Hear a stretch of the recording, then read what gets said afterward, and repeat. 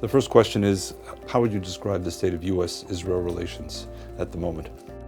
I think they're extraordinary because the United States has backed Israel through difficult times and also through our successes. We've recently had President Trump recognize Israel's sovereignty on the Golan Heights, as well as recognizes Jerusalem as our capital, something that is in a very broad consensus in Israel, as well as moving the American embassy here, as well as increasing the pressures on Iran, which not only Israelis, but many of our Arab neighbors believe is a source of aggression, terror, and instability in this region. So on the whole, I would say that's very good. And do you think that that consensus you're talking about can also be found today on the Iran issue in Washington? It wasn't found there before, in the sense that there was a majority, as you remember, against the agreement. And I didn't hide the fact that I disagreed with the idea of giving Iran those terms under the Iran agreement, nuclear agreement, which gave them an enormous amount of money with the express assumption that they would somehow moderate their behavior. The opposite happened. They're just enveloping the Middle East in tentacles of aggression.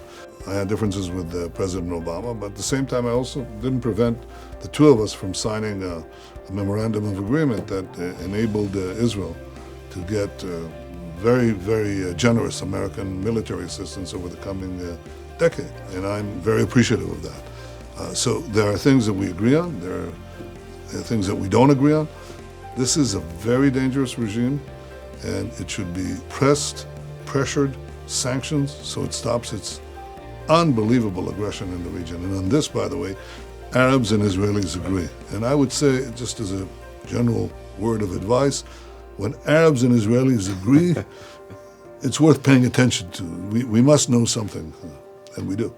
And without trying to guess at the details of the deal of the century, what are some of the essential elements for Israel of any enduring peace agreement with the Palestinians? Well, I had one chief thing that I put forward to our American friends, as I did to all administrations.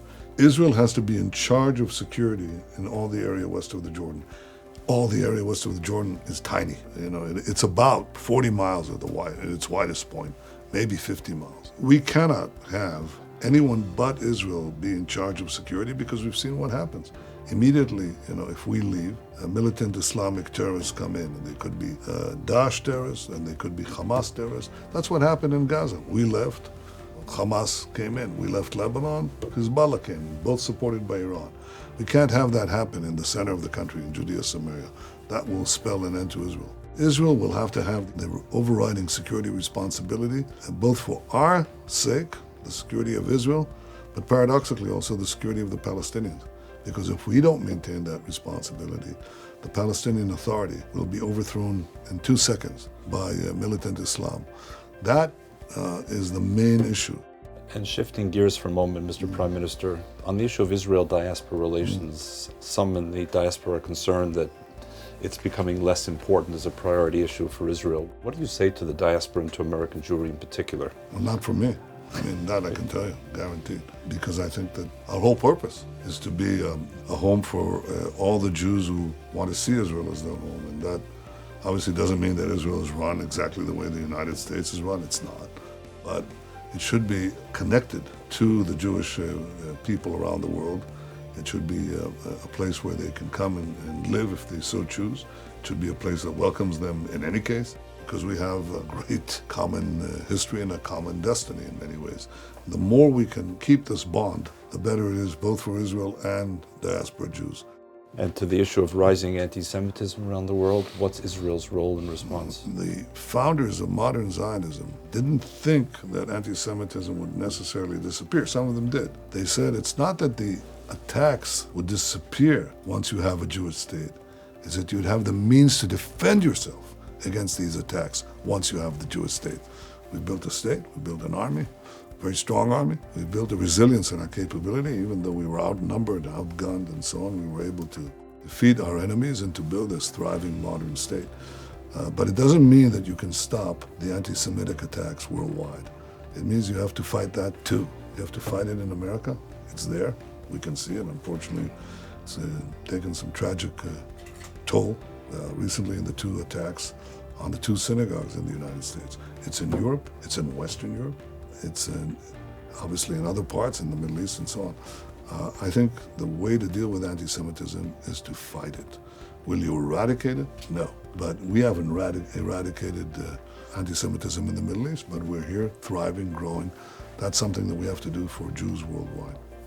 And lastly, you know AJC well. We've known each other for 30 years or more. As global advocates, what are the new frontiers for AJC, and where can we be of help? I think we have an extraordinary opportunity. We have great challenges, but we also have great successes. The big success that we have is in Israel's expanding diplomatic horizons. Israel is branching out to the world. First of all, I want to congratulate the AJC for the work that you did, making a lot of connections that we needed when we didn't have the kind of open channels that we have today. But I think we can continue to expand to the rest of the world. I think some important Muslim states such as Azerbaijan, right, or Kazakhstan are already in that. We are frequent orbit. Flyers on Azerbaijan Airlines. You know, while you may have been the pioneers in creating that, you know right now that this is a well-trodden path. Okay, well, I think the same is going to happen with other countries, and I think you can and should be a part of this.